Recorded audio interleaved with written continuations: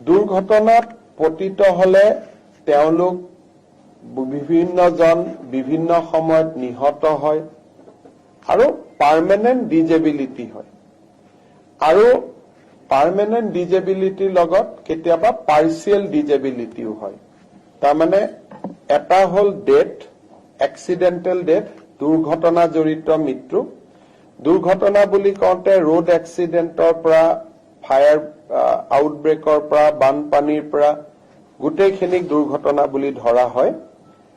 আৰু তেওঁলোকৰ পাৰ্মানেন্ট ডিজেবিলিটিও হয় পাৰ্চিয়েল ডিজেবিলিটিও হয় ৰাজ্য চৰকাৰে ষ্টেট বেংক অফ ইণ্ডিয়া আৰু আন বেংকসমূহৰ লগত এটা বিশেষ চুক্তি স্বাক্ষৰ কৰিব যাৰ জৰিয়তে যাৰ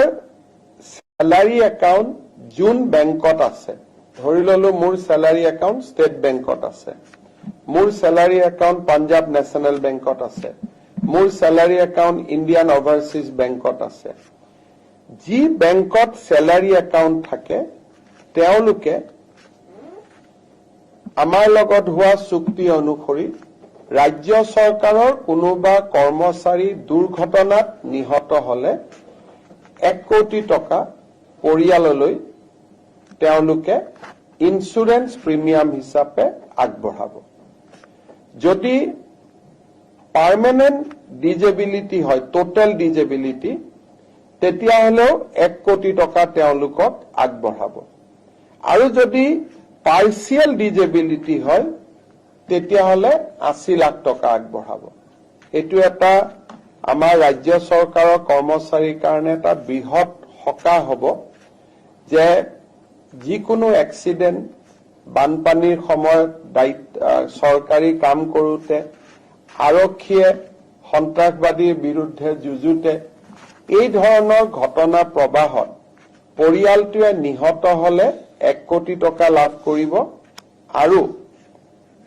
পাৰ্মানেন্ট ডিজেবিলিটি হলে 1 কোটি টকাই পাব পাৰ্চিয়েল ডিজেবিলিটি হলে 80 লাখ টকা পাব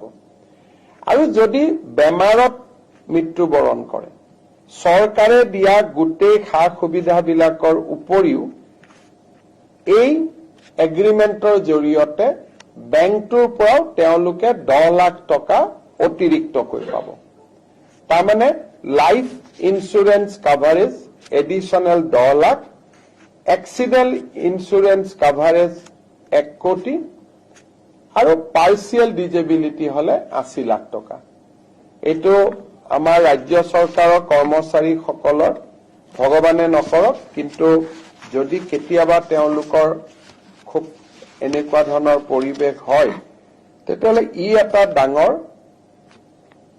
সিকিউৰিটি সিস্টেম হিচাপে পৰিয়ালটোৰ ওচৰত কাম কৰিব এইখিনিৰ পৰিৱৰ্তেও চৰকাৰে যি সুবিধা আজিলৈকে আগবঢ়াইছে এইখিনি চলি থাকিব এইখিনি অতিৰিক্ত সুবিধা আমি দিছো কিন্তু এজন চৰকাৰী কৰ্মচাৰী মৰিলে ফেমিলিটোৱে 60 বছৰ বয়সলৈকে পেনশন পায় জিপিএফ যিবিলাক পায়ে থাকিব